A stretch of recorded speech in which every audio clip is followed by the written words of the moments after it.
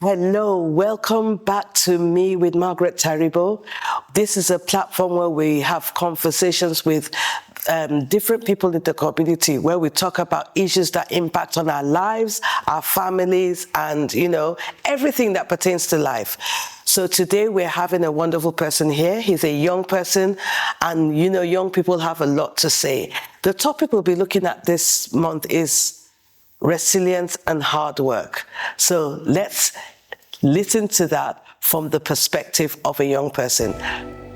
Welcome to this platform, Samuel. How are you? Thanks for having me.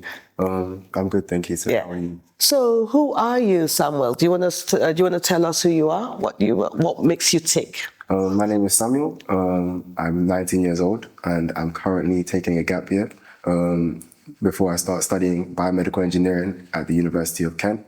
What makes you tick? I have a very keen understanding in science and maths. It's what I base my lifestyle off of. It's my uni course of choice.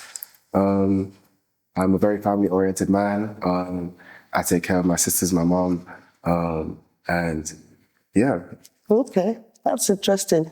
So we're talking about resilience and hard work. This is a month where we have a lot of bank holidays. I remember that I never knew what bank holidays was about. So what is your understanding about hard work, resilience from a young person's perspective? Well, in my life, I feel like, and everyone's life, especially the younger generation coming up right now, there's a lot of things where you have to be resilient. You have to have hard work from a young age. I've had to witness that. When I was 4, my father passed away, and from then I've had to take care of myself in a certain way and take care of my family in a certain way, because it was kind of instilled that being a man in the house, you have to take care, you have to provide, do what you can to protect your family, protect yourself. With that, it becomes a lot of responsibility, and responsibility from a young age is something else that I feel like young people they're having to struggle with. A lot of things that people in a couple of years ago wouldn't have to do, we're already doing now. People are applying for jobs when as soon as they come out of secondary school, not even going to sixth form, just going straight to work. And in that kind of realm, it's very easy to feel like you're falling behind. Some people might be showing that one place on their social media, showing another place when they're seeing you in real life. And that makes it seem like you're falling behind, you're not doing what you're going to be doing. And then, so you're saying resilience. So let's break it down a bit. For hard work is about doing things, being responsible, being accountable. But then what is resilience itself? What does that, in terms of the heart, with what you said about social media, school, family? Yeah. It means when you get to hard work, it's not giving up. The first time you try hard doesn't mean that it's going to be perfect the first time you go at it. Even if you give 1%, you'll get 1% back. And that's what a lot of people don't realize. Resilience is keep on going again and again. Even if you're giving 1% again and again and again, 1% will build up to 10%, to 20, to 30, and then you become more knowledgeable, become more stronger in what you want to do. So was there a time, you said you lost your dad when you were 4, and you automatically, especially in terms of the African culture, you became the man of the house. Was there a time that you didn't feel you could do or be resilient enough or be hard work? How was that for you? Oh, multiple times. It's a turnaround point that my mum always used to bring up, because during primary school, secondary school, I was a very badly behaved child. I would be getting into trouble with teachers, talking back, getting into fights, and those kind of things. It was out of frustration. I was like, the responsibility that was upon myself, I didn't understand what I would have to do. And when you're confused, a young person, they choose to lash out. Their emotions are a bit all over the place. So one thing you have to keep in mind is keeping those emotions in check. As a man in the house, a man as an adult, you're not someone who when something is hard, you cry or you roll over about it. You have to get yourself up and keep on going. And that's what I realized. Like I was hitting a wall. If I'm keep on getting into trouble, if I keep on making people upset, making my family upset, clearly I'm doing something wrong and I'm going the wrong direction. So you have to then reapply yourself where you know you're supposed to be. Something that helped me with that is my faith in God. Talking to my mom, talking to my pastors. That's a pastor to me. About my behavior and how I can reapply myself to better myself. And those things, they help you become resilient because you remember your foundation. My foundation was never to be a misbehaved child, or someone who does this or does that. Your foundation is where you stand with God, where you stand with yourself, and what you know you're capable of doing. And how's that panned out in terms of your academics as well? It's panned out very well. I was able to get all A stars in my GCSEs. I was able to get into the uni that I wanted to go to at A level, even though the A levels that we went through, it was tough because obviously post-COVID, everything going on, it was a bit hectic. But I just, by the grace of God and by everything that I put the work into, I was able to see the efforts, the fruits of my labor. So, was there ever a time that you felt you've done this, but it's not good enough, or I'm not happy? And how's that made you feel? Because people talk about resilience and hard work, and then is it worth it at the end of the day? and that's another thing I like to put into perspective. When it came to the 1% thing, you can also apply that to just your outlook on life.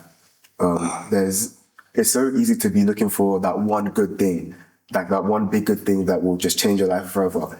If you take your time in your day and you look through all the little things that are happening good for you, instead of focusing on maybe the little bad things, because you focus on little bad things, but you won't focus on the little good things, and then the little bad things will eventually always become a big thing. But if you take time in your day to process what's going on, you see, oh, this actually happened today. This didn't happen yesterday, and it's an improvement from yesterday already. So you've been able to, were you as a person, were you able to reflect on those things? Can you give us an example of? When it comes to healthy eating and taking care of my diet, taking care of myself, I was able to see the rewards almost instantly. I was able to find, even in fact, recently, in the last 2 years, I was able to realize I'm lactose intolerant. Like, I can't even eat, I shouldn't be eating as much milk and dairy as I should be. And now I've been able to limit that, and I can feel better about myself. I'm not constantly ill or constantly sick. And those little steps, it's a foundation. That's physical. That same thing can be applied to your mental health. Taking those little steps to make yourself feel better. Maybe it's a positive affirmation in the morning. Oh, I'm able to do this. Oh, instead of, oh, I have this many things to do. How am I going to manage it? And step by step, make sure you know what you need to be at what time. It gives you peace of mind. That peace of mind will then reflect on your work and how much you can output. You were saying little steps, but I think one of the challenges, and you can tell us where we are at with that, this issue of instant gratification. What's your take on that? Because young people want to see the rewards here and now. They want to see, even if they work like now, they want to see the best now. And what's the role of social media in that aspect? Instant gratification when it comes to social media is so like powerfully linked. Even when it comes to me growing up right now, I'll be looking on my phone and I'll see someone with better hair than me, better clothes. I'll be like, oh, if I had the opportunity to wear that or do that, how the things I'll be doing, the places I'll be going to, the people I'll be talking to. But when it comes down to it, if you're not satisfied with what you already have, you will never get to a point where you can have those things. It's patience, learning how to constantly drive yourself and continue to reach those things. You start off with maybe £5. You put that if you are able to hold on to that £5, get another £5, get another £5, then you'll obviously be able to get to where you need to be. But if you keep on, oh, I want this now, this £5 I have right now, I can get this, instead of putting it into something that's more worthwhile. But why then, what's the challenge? What do you think the challenge is for young people about hard work? What do you think it is? I think it mainly boils down to wanting to be the best. Not the best in the sense of, I'm better than you, but just wanting their best for themselves. They don't like, when it comes to... But that takes hard work. It takes hard work, exactly. They don't see that hard work can reap actual benefits. They see that people became famous overnight and they think, oh, this is now my own portion. Of course, it would be incredible if that was for you as well. But the reality of it is, they probably did not become famous overnight. They themselves probably put a lot of hard work in to become to the place where they are today. One of my friends, for example, who's started doing social media influencer at the moment. At the start, he was barely getting 10, 15 views. Now he's already at 10K after maybe, I think, half a year of doing the work. But the thing is, he was recording consistently. Some of his videos would get millions of views. Some of his videos would get 10, 15 views. But he would not let that dismay him. He would keep on going, keep on posting. People would be judging him, laughing, saying, oh, why are you posting this? The same person that I went to school with, you're doing this, you're doing that. That's another thing as well, embarrassment. Some people are embarrassed to do the things they love, even though that thing can possibly take them to where they need to be. Mm-hmm. Because this day and age, the things that are glamorized are having money, having this, having that. And if you don't have that, you feel like you're failing. Mm. So. Wow, that is deep. Thank you for sharing. Is there anything that you like? I want you to tell our audience or tell other young people out there, what advice will you give them about resilience and hard work, knowing that there's dignity in labor? Why we need to work hard? Can you just tell us that? I think the main thing you need to remember is to be proud of who you are and to be proud of where you stand from. Because people who are ashamed of their past and ashamed of who they were before are never able to grow from their past. And then you'll be able to know that the hard work you're putting in is towards something. It's towards something tangible. Because nothing you want to put hard work into should be embarrassing to you. It should be something you are very proud of, you're ambitious to do. Because even when it comes to myself and biomedical engineering, at first, it was something I wanted to do. I didn't even know about it until I think about a year and a half ago. And now it's the main basis of my entire life. If I was to talk to myself in year 10 and ask him, oh, you do biomedical engineering, how do you feel? He might have laughed in my face. Same way other people will always laugh in your face. But believe in yourself. To keep believing in yourself, to keep going, that's the real strength that it takes to become who you need to be.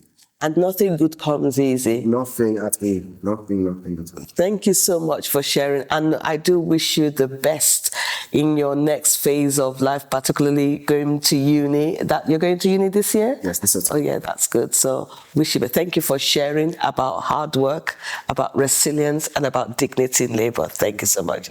You're welcome. Thank you.